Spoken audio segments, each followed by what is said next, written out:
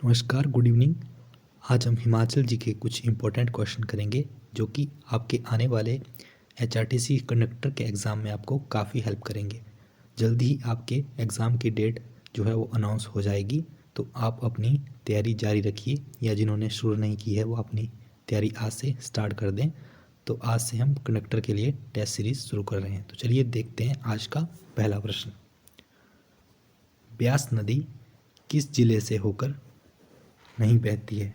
Option A है Kullu, B Bilaspur, सी मंडी, D Kangra. तो ब्यास नदी किस जिले से होकर नहीं बहती है?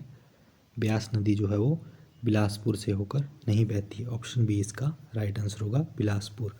तो यहाँ से एक और क्वेश्चन बनता है कि नदियों के किनारे बसे कौन कौन से नगर हैं। तो नदियों के किनारे बसे नगरों के बारे में जान लेते हैं। सबसे पहले ब्यास नदी के किनारे बसे नगरों की बात करते हैं। तो ब्यास नदी के किनारे कौन बसा है? मनाली ब्यास नदी के किनारे बसा है, मंडी भी ब्यास नदी के किनारे बसा है, कुल्लू भी, पंडोह, नदौन, सुजानपुर और देहरा गोपीपुर, ये सभी ब्यास नदी के किनारे बसे हुए हैं। उसी तरह से रावी नदी के किनारे बसे नगरों के बारे में भी जान लेते हैं। चंबा और भरमौर ये भी रावी नदी के किनारे बसे हुए हैं। नेक्स्ट क्वेश्चन देखिए, रामपुर कस्बा किस नदी के किनारे स्थित है? सेकंड क्वेश्चन देखिए, ऑप्शन ए है सतलुज, बी रावी, सी ब्यास, डी गंगा। तो अभी हमने ब्यास के बारे में भी जान लिया, रावी के बारे में भी जान लिया, तो इसका सही आंसर क्या होगा? रामपुर कस्बा जो है वो सतलुज नदी के किनारे बसा हुआ है। ऑप्शन ए इसका राइट आंसर होगा, सतलुज। नेक्स्ट क्वेश्चन देखिए, लिप्पा नामक स्थान किस नदी के किनारे स्थित है? ऑप्शन ए है बसपा नदी, बी रिस्पा नदी, सी तैंती नदी, डी भाभा नदी। तो लिप्पा नामक स्थान जो है वो तैंती नदी के किनारे स्थित है, तैती नदी के किनारे स्थित है। ऑप्शन सी इसका राइट आंसर होगा। नेक्स्ट क्वेश्चन देखिए, सतलुज तथा बसपा नदियों का संगम स्थल कहाँ है? तो सतलुज और बसपा नदियाँ कहाँ मिलती हैं?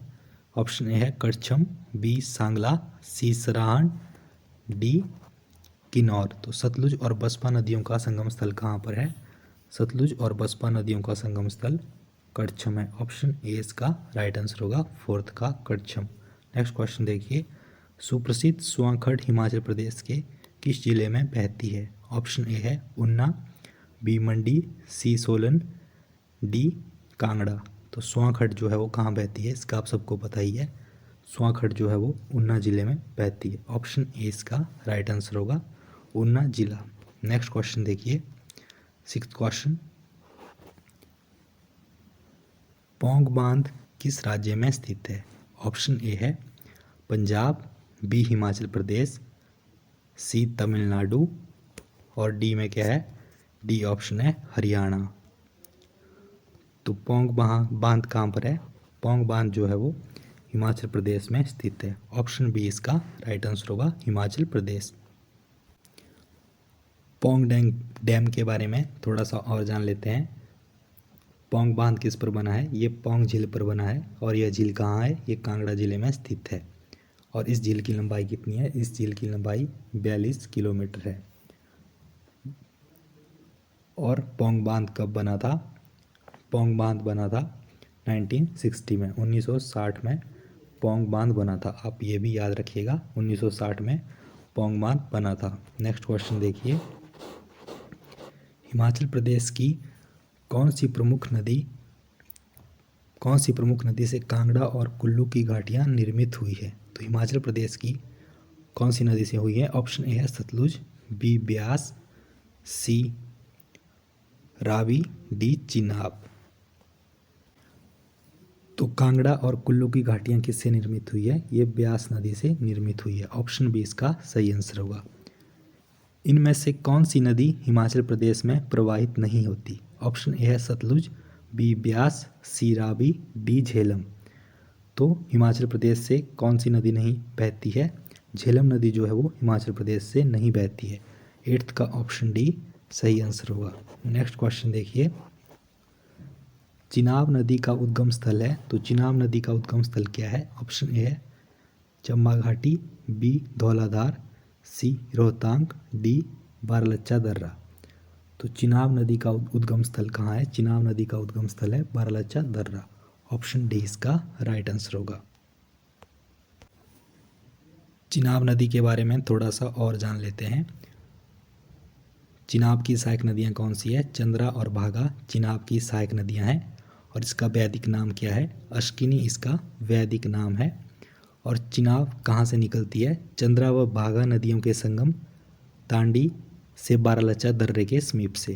तो इसका राइट आंसर ऑप्शन डी ही होगा, बारालाचा दर्रे के समीप से यह निकलती है। नेक्स्ट क्वेश्चन देखिए, जन विश्वास के अनुसार शतुद्री नदी को मानसरोवर झील से हिमाचल प्रदेश में लाने का श्रेय किसे जाता है? तो शतुद्री नदी कौन है? ये सतलुज को कहा जाता है। तो सतलुज को कहा जाता है, तो सतलुज को हिमाचल प्रदेश में लाने का श्रेय किसे दिया जाता है? ऑप्शन है परशुराम, बी बाणासुर, सी जमदग्नि, डी सहस्त्रबाहु। तो इसका राइट आंसर होगा ऑप्शन बी, इसका राइट आंसर होगा। बाणासुर को सतलुज को हिमाचल प्रदेश में लाने का श्रेय दिया जाता है। नेक्स्ट क्वेश्चन देखिए, रावी नदी का वैदिक नाम क्या है? तो रावी का वैदिक नाम क्या है? ऑप्शन ए है पुष्णी, बी चंद्रभागा, सी अर्जिक्या, डी शतुद्री। तो रावी का वैदिक नाम क्या है? रावी का वैदिक नाम है पुरुषाणी और या पुरुषणी भी कह सकते हैं आप, और इसका संस्कृत नाम है इरावती। तो ऑप्शन ए इसका राइट आंसर होगा। और अर्जिक्या किसका नाम है? अर्जिक्या जो है वो व्यास का वैदिक नाम है अर्जिक्या। और शतुद्री जो है वो किसका नाम है? शतुद्री या फिर शतद्री कह लीजिए आप, ये सतलुज का संस्कृत नाम है। इस तरह से आप इनको याद रखिएगा। नेक्स्ट क्वेश्चन देखिए, और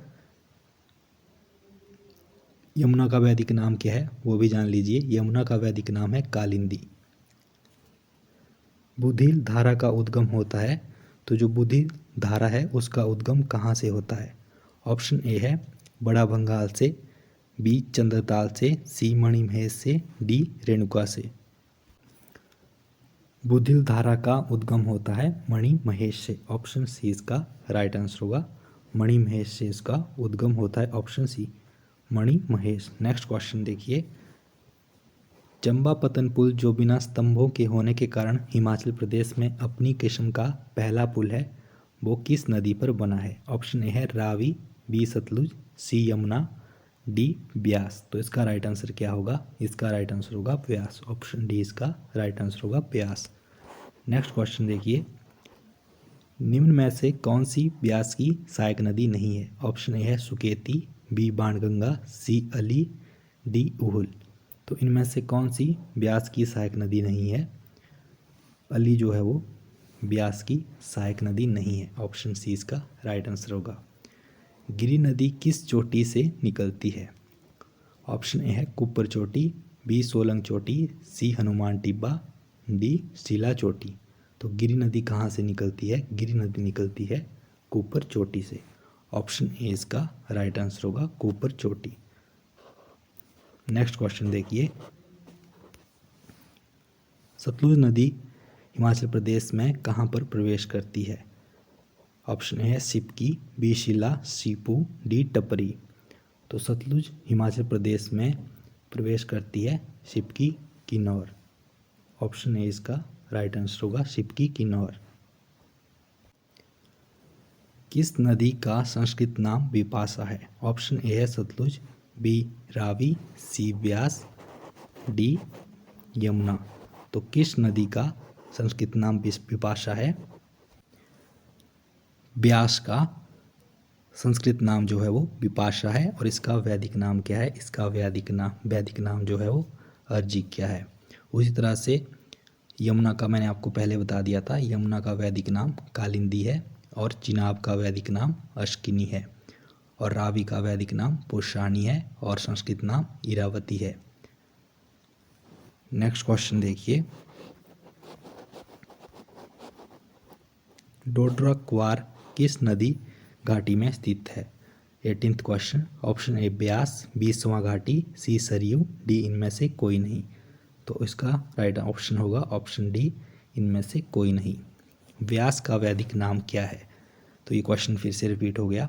तो व्यास का वैदिक नाम मैंने आपको बता दिया। व्यास का जो वैदिक नाम है वो अर्जिक्या है और संस्कृत नाम जो है वो बिपाशा है।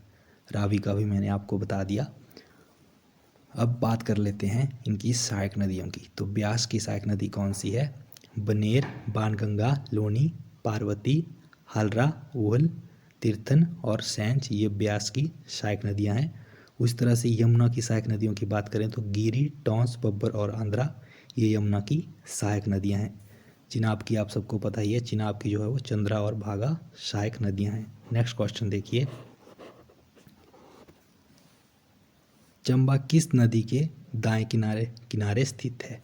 ऑप्शन है ब्यास, बी रावी, सी सतलुज, डी चंद्रभागा। तो चंबा किस नदी के दाएं किनारे स्थित है? चंबा जो है वो रावी नदी के दाएं किनारे स्थित है। ऑप्शन बी इसका राइट आंसर होगा। तो ये आज का हमारा लास्ट क्वेश्चन था। आज के लिए इतना ही। नेक्स्ट पार्ट में भी हम हिमाचल प्रदेश की नदियों के बारे में ही जानेंगे डिटेल में। हम इस सीरीज़ में टॉपिक वाइज हर क्वेश्चन को डिस्कस करेंगे डिटेल से, जैसे नदियाँ हो गई, किले हो गए, या फिर आपकी झीलें हो गई, झरने हो गए। इस तरह से हम टॉपिक वाइज हर टॉपिक के आपके लिए MCQ लेकर आएंगे। आप अपनी तैयारी जारी रखिए। आज के लिए इतना ही। धन्यवाद।